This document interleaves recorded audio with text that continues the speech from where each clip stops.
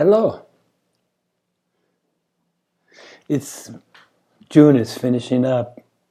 Summer is officially here. Hot today here in Taipei, Taiwan. This is Hualien, the East Coast. Anyway, welcome. It's been a while. It's been a couple weeks. Middle of June was the last time I shared with you. And when I have this longer period of time,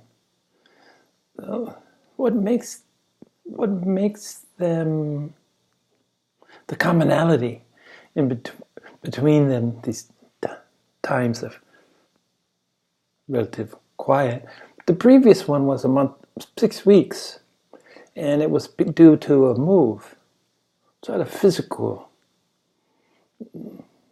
reality, physical excuse that I was busy moving. It was quite a process, even though it was across 9 kilometers away.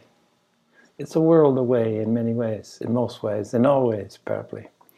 Anyway, when a relatively period of silence, normally about 2 weeks, because I go through times when I'm quite prolific, 1 or 2, even 1 every other day, up to, it's been a couple of times when I did 2 in a day. But these dry spells seem to be outside of my purview, beyond out of my control, which is neither here nor there. But what I want to come back to is that I love words. It's how I've survived being a college lecturer, being a language teacher. Words are my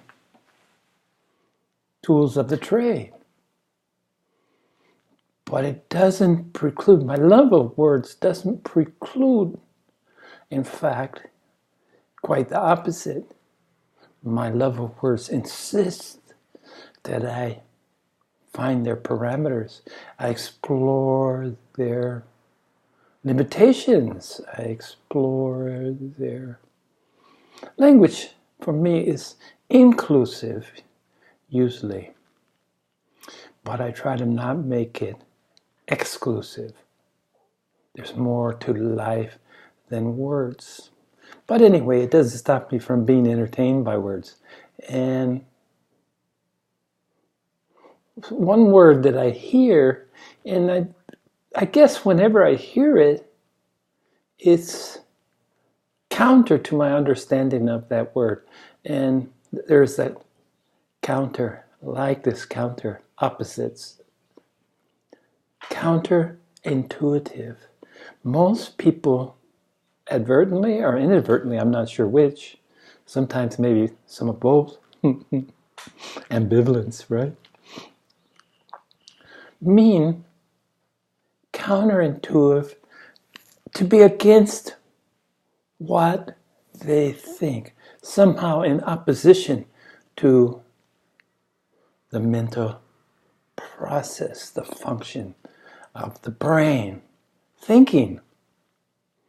So counterintuitive for most is something that goes against rational thought, as they call it. It's couched in this rationality is really a trap. Be rational.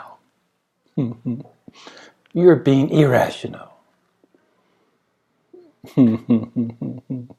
There's a time for pretense of both. And all it is, after all is said and done, is a pretense. But counterintuitive to me means the opposite of how I see it used. how I hear it used, I guess, because it's hard to see words unless they're printed. Although, close my eyes and words are there. Letters are there. There's the alphabet.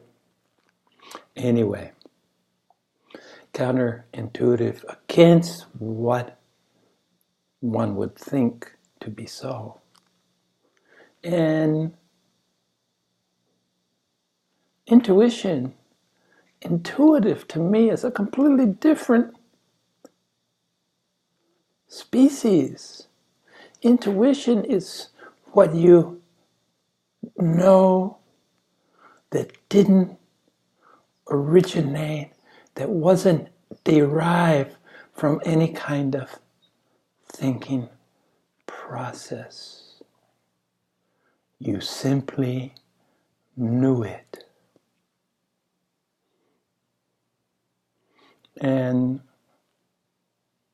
looking for an explanation of intuition is truly counterintuitive, because you can't look to the mind, to the thinking process. You can't look to rationality to somehow explain, attempt to encompass what is known intuitively.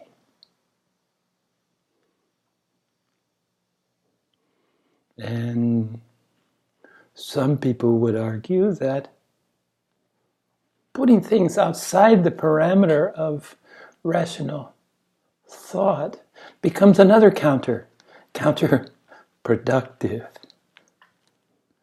But I think there's room for everything in the vastness of the universe which we find ourselves.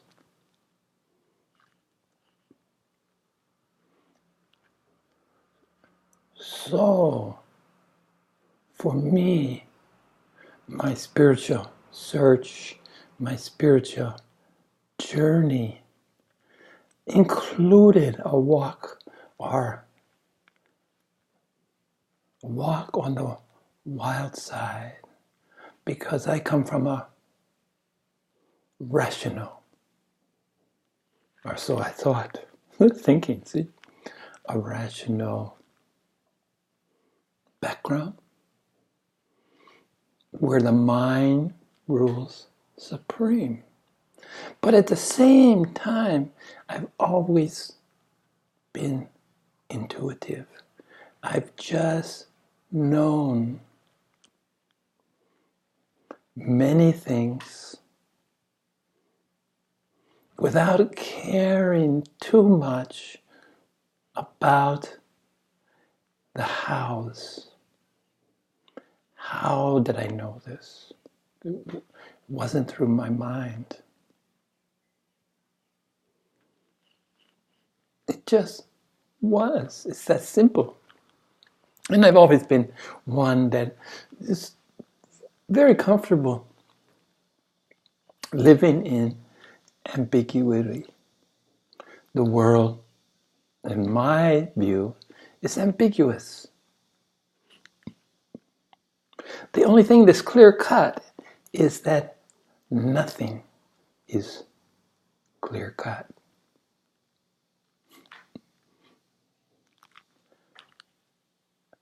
So, let's talk about the thinking process. Now,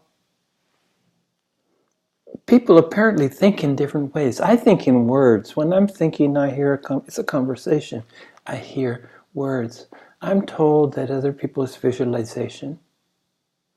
Maybe it's something else. Maybe it's a combination of both. But when I'm using my mind, it's words that reign supreme. And having said this, it's probably pretty understandable why I've always embraced verbiage, love words. Nothing is more exciting to me than adding to my vocabulary. Spoken is a priority because most of us, myself included, my reading, my mental vocabulary is a lot larger than my spoken.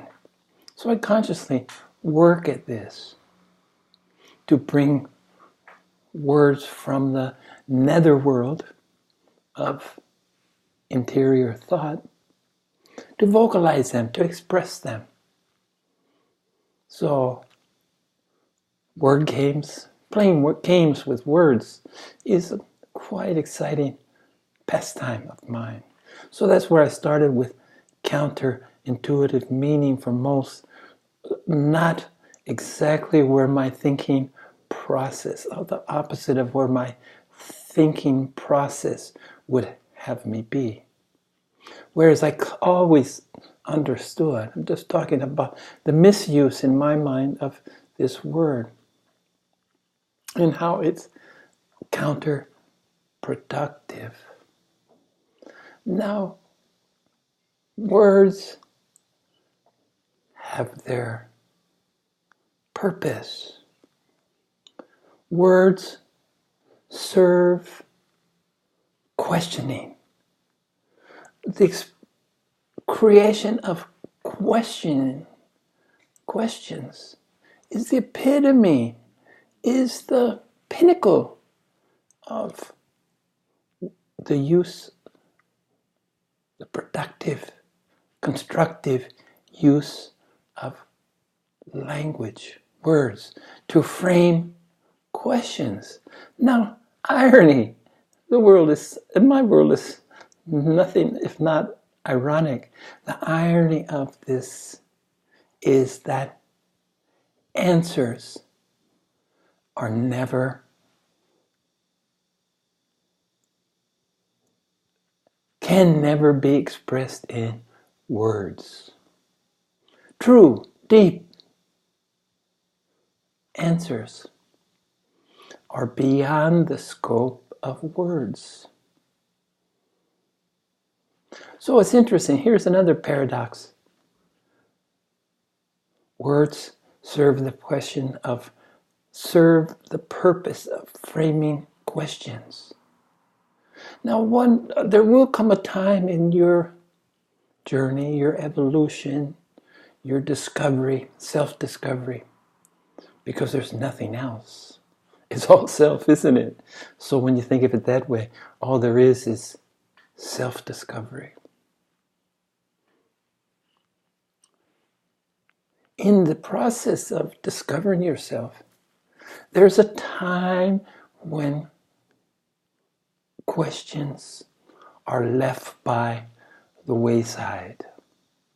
You abandon questions. And if you've been a questioning sort, as I was, it's quite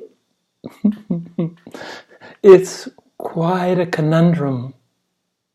It's quite an occurrence when you find yourself without questions.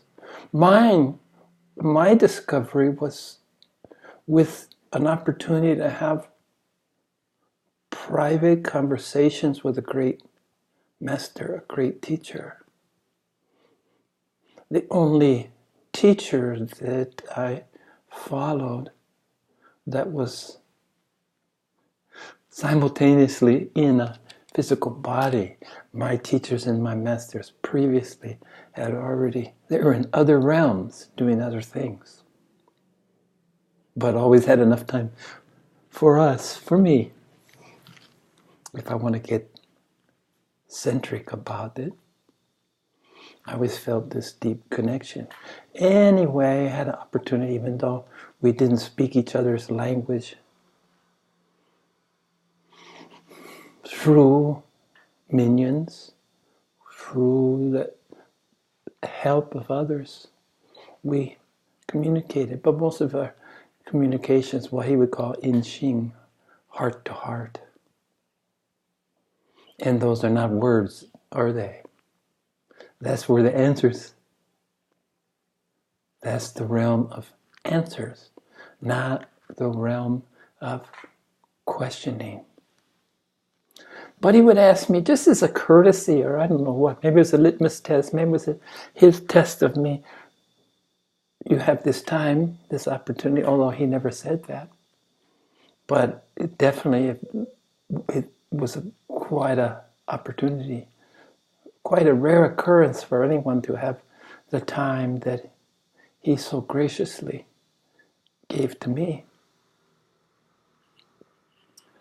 And say, do you have any questions? And that's when I started to realize that my days of being a questioning chap, a questioning man, a man of questions, suddenly and inexplicably, I realized that I didn't have any questions. And without this opportunity, without the backboard, without this being able to bounce it off, maybe it was taking me quite a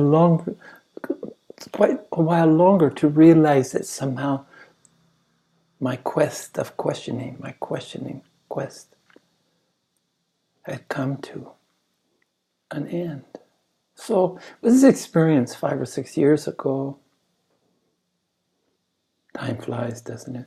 5 or 6 years ago, almost 7 years ago, when I realized that I'd suddenly not only become a man with no name, but a man with no questions. When I say a man with no name, my given name, Dennis Michael Hayes, somehow stopped serving me.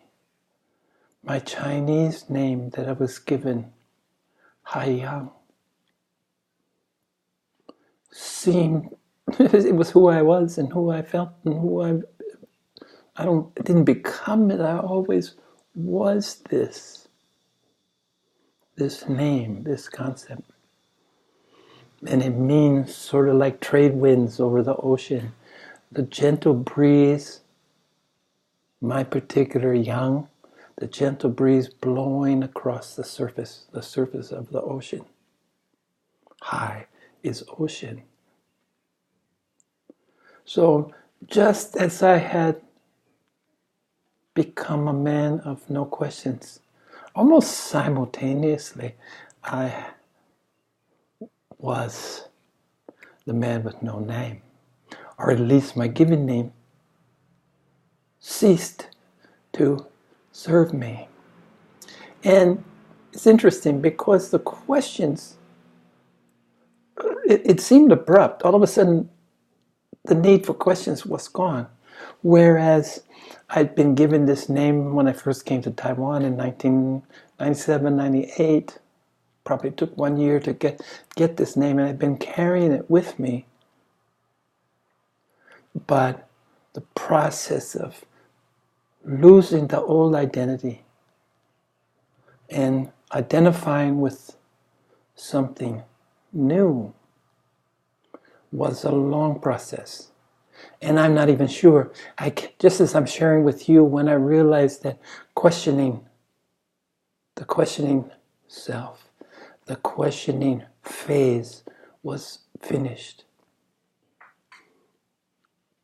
Become a man of no questions. The process of identifying with another name, becoming a man without a country, a man without a name.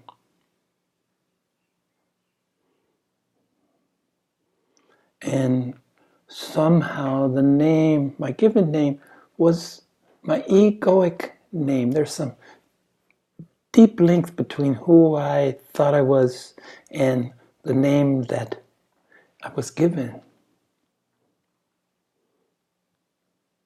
And that's a whole nother topic, isn't it? With the process of giving names. Are we mindful? Is it serendipity that you get a name? Is it, who knows? It's hard enough to see the mind in your own mind, your thought process, much less to delve into to your parents. thinking process. Anyway, my Haiyang is more like a cloud, more like a cushion, more like it's enveloping. It doesn't evoke egoic identification.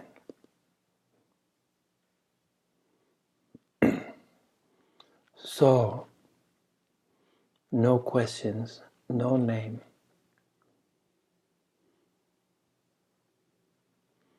No ego.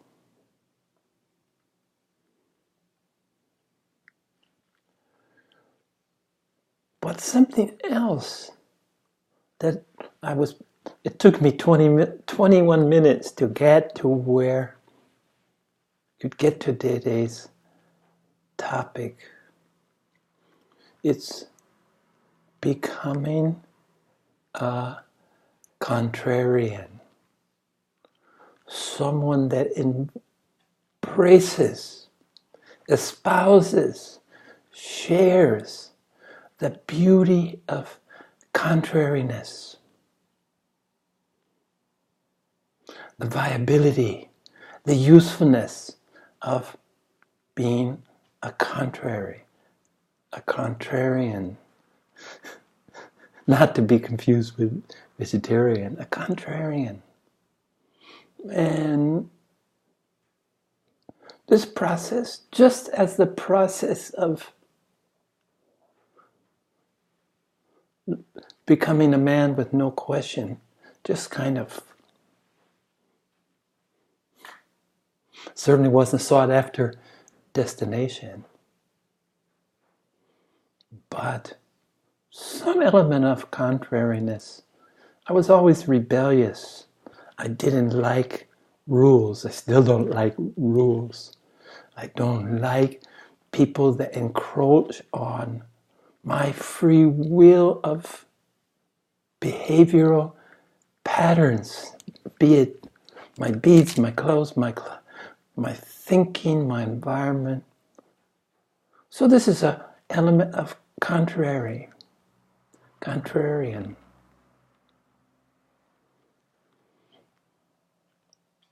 And this process, although it was welling up from within, it's part and parcel of who and what I am.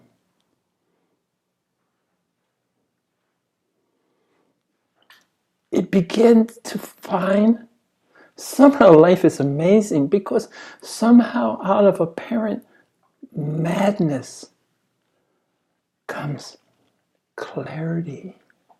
Out of the total lack of planning anything becomes a plan. A road to nowhere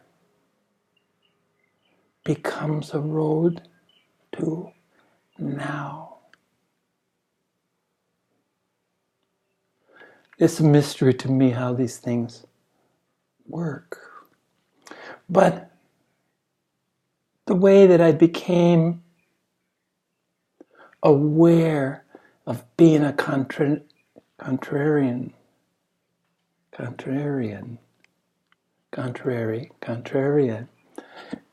was that I had to reject the thinking process. I had to accept the limitations on words. I always look for answers to be verbiage, to be words that could be contained in the 26 letters of our alphabet. Contained, defined, expressed, shared. And my first reaction, realizing that words failed, was to discard, say, all this lifelong love of words was for naught, until I took a step back and realized that words have their time and their place. It's the construction of questions. the creation of questioning. It's the nature of questioning. So, when did I start to understand that being a contrarian, being a contrary soul, was more than useful? If I should be so bold, it somehow became normal. The new normal, if you will. But this became evident in my experience dealing with polarities, from duality to non-duality, to understand that it's a continuum. We're a continuum that's spiraling.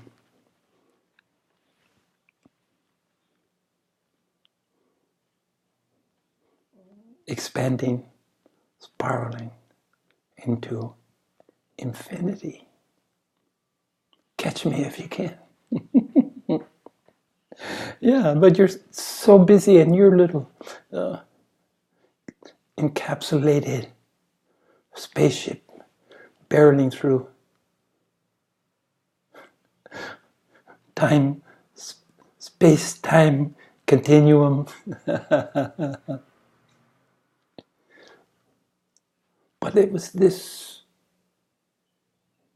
ability to wrap my head around finding opposites to be equally so, more than equally so, part of each other on a spherical. It's not linear, it's spherical. One, love and hate are both measurements. And the increments between love and hate, degrees of love, degrees of hate. But that question that I wrestled with, and when I was defining, when I was learning to make my mind malleable, to expand, to be able to accept without imploding or exploding the contrariness of existence, the polarity, free will, destiny, preordained, free will, free spirit, up to us to create our own paradigm. And I look and say, free will, yes, certainly I believe in, certainly I live in a world defined, expressed, contained in free will. But when I look at destiny, when I look at everything as preordained, and I say, yes, with equal fervor, equally so. And it's this process that you can accept both as equally so. And this is where, for me at least, this is where the belly laugh. This was the great cosmic joke that it's all the same. It's all the same. So, to be a contrary now means being a contrary has a useful, productive, tangible purpose for me now that I deeply embrace and encourage others to consider.